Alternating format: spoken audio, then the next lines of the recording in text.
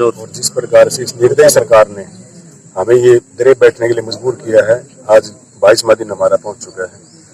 और तो सरकार तो कह रही 6 तारीख को कैबिनेट मीटिंग कर रही है आप पे, फिर आप में निराशा क्यों? नहीं, सरकार की तरफ से कोई हमें उम्मीद नहीं। निराशा ये है, एफआईआर दर्ज कराई है, उसका हमें क्या फायदा हुआ? एफआईआर दर्ज कराई है, कुछ भी कराया हुआ, हमें कोई फायदा नहीं मिला किसी प्रकार से। तो एक तरफ बातचीत हो रही है, एक तरफ एफआईआर दर्ज हो रही है। हाँ, तो उसका हमें कोई फायदा नहीं मिल रहा। ये सरकारें हैं, सरकार अपनी एफआईआर दर्ज कराई, पहले भी सरकारें थी, उन्होंने एफआईआर दर्ज कराई थी, उन्होंने जिसकी गलती थी उस दोषी को सजा दी है, लेकिन इसमें हमारा कोई दोष नहीं किसी प्रकार से। सर, गोहाना में गोहाना जिले की बात होती है और तैसे प्रलोभन होंगे और सत्ता के खिलाफ मध्यवर्ती चुनाव में एक माइंड सेट भी लेके लोग उतरते हैं कि अपने काम निकलवा लें। तो क्या आप अपने मतदाताओं को और पूरे आपके जिले के जो टीचर्स हैं, जैसे आपकी आज मीटिंग से जाहिर हुआ है, किसान और अध्यापक मिलकर मतदाताओं के पास न्याय के लिए जाएंगे, तो आप सक्षम है क्या सरकार को कि रोजगार और किसान और आपके खेत और आपके गांव बचाने के मुद्दे कहीं झूठे प्रोपगेंडों से भारी पड़कर अपना न्याय ले पाएंगे? नहीं, ऐसी कोई बात नहीं है। हम सरकार का जो विरोध करेंगे जब तक हमें न्याय नहीं मिलेगा। हम आज इतने परिवार बेरोजगार हैं, इसके अलावा और भी बहुत से साथी की तैयारी कर रही है निकालने के लिए। तो इस निर्दयी सरकार को हम जो है ऐसे प्रलोभन में नहीं आएंगे कि अब इलेक्शन आ गया, हमें झूठे वादे दे करके इस तरह से पका करके वो हमें से फायदा उठा लेंगे। अगर हमारा जब तक कोई सोल्यूशन नहीं निकालती सरकार, तब तक हम जो है सताई सोल्यूशन नहीं निकालती है, तब तक हम उसकी कोई भी प्रलोभन में नहीं आएंगे।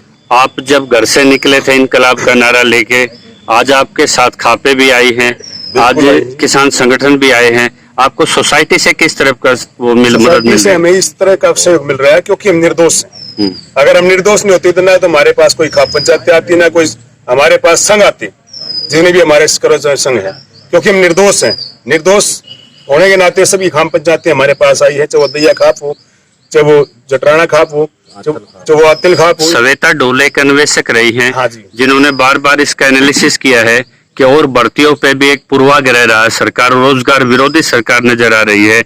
क्या अन्य भर्तियों पे भी श्वेत पत्र आप सरकार से मांगेंगे कि जिस तरह से आज रोजगार छीने जा रहे हैं, सरकार रोजगार पे चुनाव से पहले स्थिति स्पष्ट करके आए? उसके मांगेंगे जी हम। जैसा कि आपको पता है, तहसीलदार की जो भर्ती हुई थी उसमें भी पूरा घोटाला सभी पब्लिक को पता है। और आपको बता दें, ये सरकार आप कॉलेज के अंडर में लेक्चरर लगे थे जो फर्स्ट सेकंड थर्ड आए थे, और किसी कोई आरटीआई भी नहीं मिलेगी।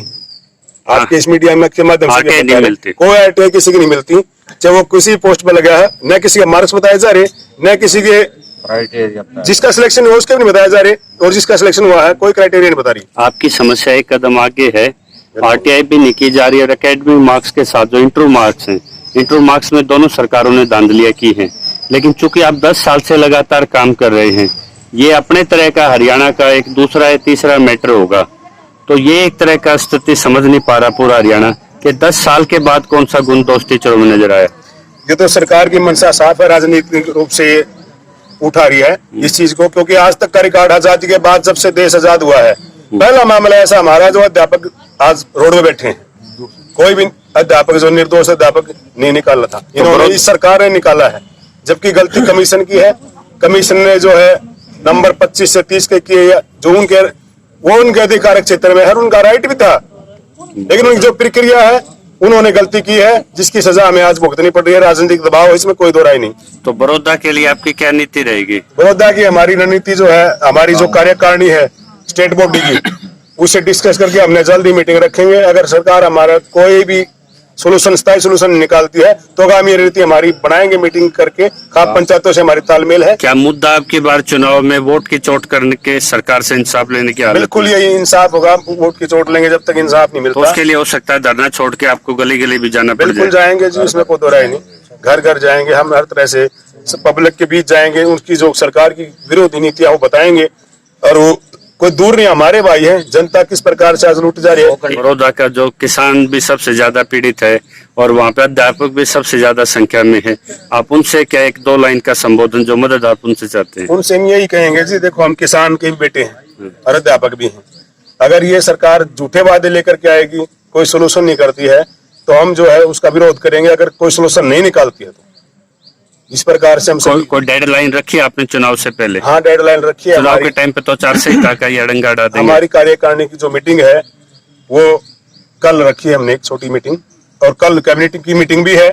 तो हम उसके माध्यम से भी हम उसको बता देंगे कि हमारे या तो कोई इनको सोल्यूशन निकाले, अदरवाइज बड़ौदा के अंदर कोई भी पार्टी, चाहे जेजेपी आ जाओ चाहे बीजेपी आ जाओ, हम उसका विरोध करेंगे और अपने सभी साथियों के साथ, बच्चों के साथ विरोध करेंगे। गांव-गांव से उनकी जो नीतियां हैं उनको बताएंगे।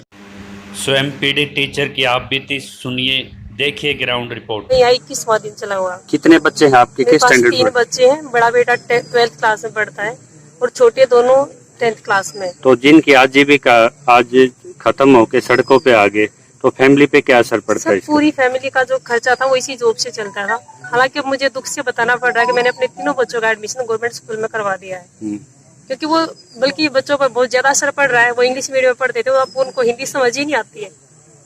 महिलाएं आज शिक्षित हैं और कामकाजी भी हैं, हाँ जी। और आंदोलन में भी मेरे ख्याल में पुरुषों के साथ ही कंधे से कंधा मिला के साथ देती हैं। जी हाँ। आपकी बार महिलाओं पे सीधी उनके रोजगार पे गाज है, हाँ जी। तो बड़ौदा की महिलाओं को आप किस तरह का संदेश देती हैं कि आपके साथ न्याय में वो कैसे मदद सर करें? मैं बड़ौदा हल्का से ही हुआ, मेरा मायका है जी, हमें तो कोई है कि मैं घर घर जाऊंगी, हर घर जाएंगे, हम सबको बताएंगे इस सरकार के बारे में कि कितनी झूठी और वादा खिलाफी सरकार है, कितना झूठा बोलती है, बाद में मुकर जाती है। हम भी बेटियां, हमारे घर में भी बेटियां हैं।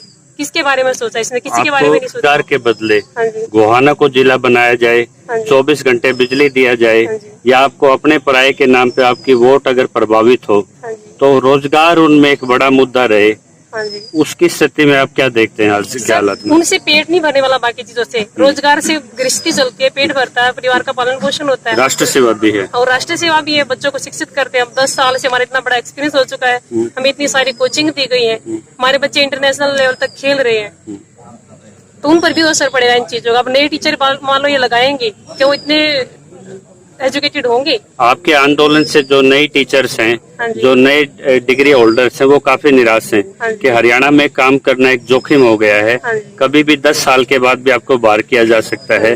तो महिला सशक्तिकरण, और जहां आज एजुकेशन के बाद ये हाल है, तो आप सरकार से इस नीति सुधार के लिए क्या मांग करते हैं? सर हम यही कहेंगे कि रोजगार जो गवर्नमेंट डिपार्टमेंट है उनको बंद ना किया जाए, क्योंकि यहाँ व्यक्ति अपना फ्यूचर सेफ समझता है और अच्छे से काम भी करता है। या किसी में किसी प्रकार कोई भेदभाव नहीं किया जाता है। तो अगर एसीपी के आधार पे आपका कैडर बना के, हाँ जी। जब तक कोई स्थायी हल ना हो, हाँ जी। आपको नियमित तो रखा जा सकता था सरकार से, बिल्कुल रखा था, कुछ बीच के रास्ते के लिए कोई पहल करेंगे आप लोग?